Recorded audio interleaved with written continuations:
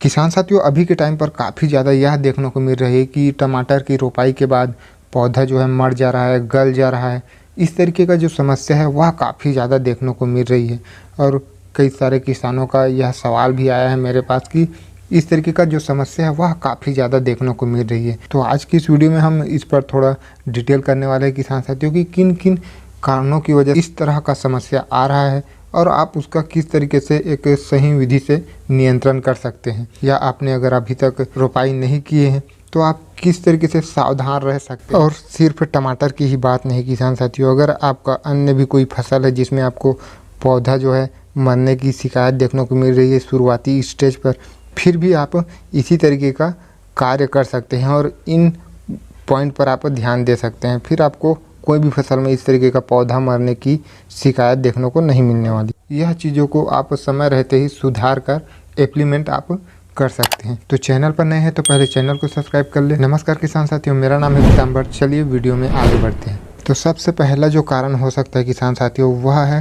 कि जब आप रोपाई कर देते हैं तो उस समय होता क्या है कि आपका जो खेत है वह काफ़ी समय से बिना कोई फसल का पड़ा ही रहता है। तो वैसे में मिट्टी के अंदर भी और मिट्टी के बाहर भी कई प्रकार के जो कीट वगैरह है वह रहते हैं। तो उसके लिए आपको करना यह है कि आपको रोपाई से पहले कीटनाशक का स्प्रे कर लेना है। वह बहुत ही ज़्यादा अनिवार्य है, जिससे आपके फसल में किसी भी प्रकार का कोई कीट रहेगा तो वह मर जाएगा। फिर आपके जो फसल को किसी भी तरीके से कीट को कोई नुकसान नहीं पहुंचा पाएगा। दूसरा कारण यह सबसे ज़्यादा देखने को मिला है किसान साथियों कि पौधा जो है गल जा रहा है, गलन जो रोग है उसके वजह से।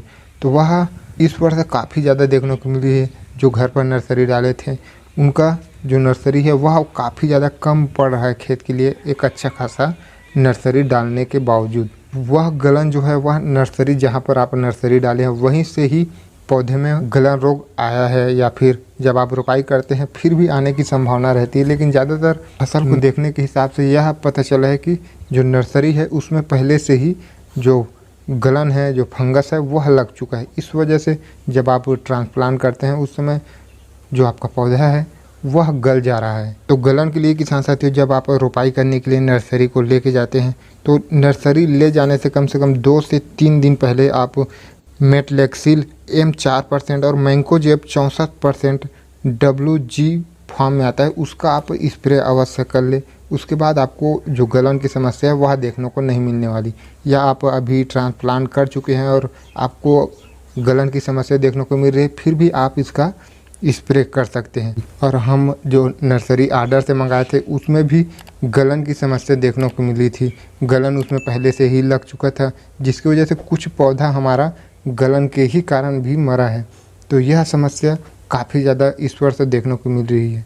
अगला जो कारण हो सकता है किसान साथियों वह है कि जब आप नर्सरी निकालते हैं जहाँ से आप डाले हैं वहाँ से, तो उस समय आप अच्छी तरीके से उसमें पानी डाल दें। उसके बाद आप नर्सरी को निकालें, कम से कम आधा घंटा पहले आपको पानी अच्छी तरीके से डाल देना है। जिससे होगा यह कि जो आपका नर्सरी है वह अच्छी तरीके से बाहर निकल पाएगा और जितना हो सके उतना ज़्यादा से ज़्यादा जड़ पौधे के साथ आएगा। बहुत सारा जो जड़ है वह वहीं पर टूट जाता है। तो वैसे में जब आप रोपाई करते हैं तो जड़ की कमी की वजह से, और कहीं कहीं पर पानी अच्छा है तो कहीं पर बारिश ठीक तरीके से नहीं हो रही है, वैसे स्थिति में यह भी एक कारण हो सकता है जो आपका पौधा मर रहा है। उसके साथ जब आप पौधे को रोपाई करने जाते हैं तो उसको जड़ है उसको आप उपचारित कर रोपाई कर सकते हैं। उसके लिए आपको एक कीटनाशक लेना है और साथ में कार्बेंडाजिम और मैंकोजेब का जो कॉम्बिनेशन है वह आप फंगीसाइड ले सकते हैं, या फिर आप अन्य कोई भी फंगीसाइड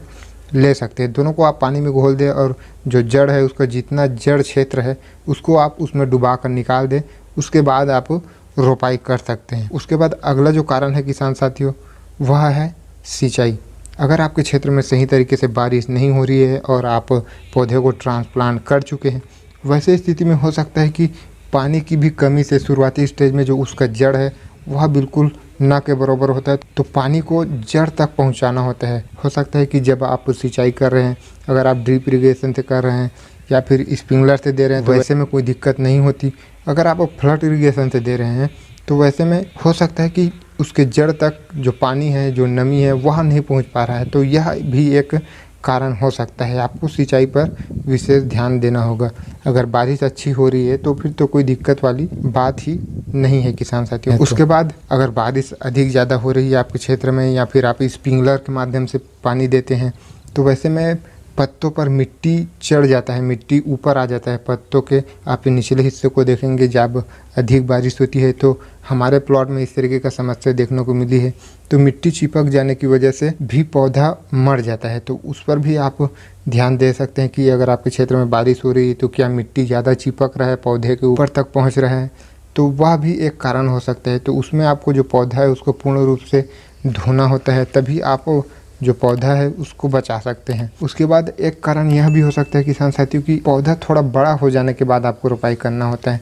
कई किसान क्या करते हैं, पौधा बहुत ही छोटा रहता है रोपाई कर देते हैं। तो पौधा छोटा है तो आप बिल्कुल भी रोपाई ना करें, उस पर भी जो पौधा है वह काफ़ी मरने की शिकायत देखने को मिलती है। और सबसे जो लास्ट कारण है वह है आलू कीड़ा। आलू कीड़ा के भी काफ़ी ज़्यादा समस्या देखने को मिलती है। हमको खास तौर पर अगले वर्ष काफ़ी ज़्यादा समस्या देखने को मिली है। तो उसके बारे में हम एक प्रॉपर डिटेल वीडियो बनाए हैं कि आप कैसे पता लगा सकते हैं कि यह आलू कीड़ा है, आलू कीड़ा का अटैक है, तो आप उसका नियंत्रण किस तरीके से कर सकते हैं। इस पर हम प्रॉपर एक डिटेल में वीडियो बनाए हुए हैं, क्योंकि आपको समझना भी ज़रूरी है कि यह आलू कीड़ा का ही अटैक है या फिर नहीं है। क्योंकि दिन में आपको आलू कीड़ा देखने को नहीं मिलने वाली, वह रात में आता है और रात में ही जो पौधों पर उसके जड़ को काट देता है और आपको समझ में भी नहीं आता जब आप दिन पर जाकर देखते हैं। तो यह थे कुछ कारण किसान साथियों जिसकी वजह से आपका जो टमाटर है वह मरने की समस्या देखने को मिल रही है या फिर गलने की समस्या देखने को मिल रही है। अगर आप इन चीज़ों पर सही तरीके से ध्यान देते हैं, सही तरीके से कार्य करते हैं, तो आपका जो टमाटर है वह मरने की शिकायत आपको 100% नहीं मिलने वाली किसान साथियों। तो उम्मीद है आपको यह वीडियो पसंद आई हो। अगर आपका इस वीडियो के बारे में कोई सुझाव हो, कोई सवाल हो, तो नीचे कमेंट सेक्शन में कमेंट कर सकते हैं। और नीचे डिस्क्रिप्शन में और भी आपको वीडियो का लिंक मिल जाएगा जिसमें इसी तरीके का बहुत ही ज़्यादा इम्पोर्टेंट जानकारी दिया गया है। तो अगर आप चाहें तो उसको भी जाकर देख सकते हैं। वीडियो पसंद आई हो तो एक लाइक कर दें और चैनल को सब्सक्राइब कर नोटिफिकेशन बेल को दबाकर ऑल पर क्लिक कर लें। मिलते हैं अगले वीडियो में, तब तक के लिए जय जवान जय किसान।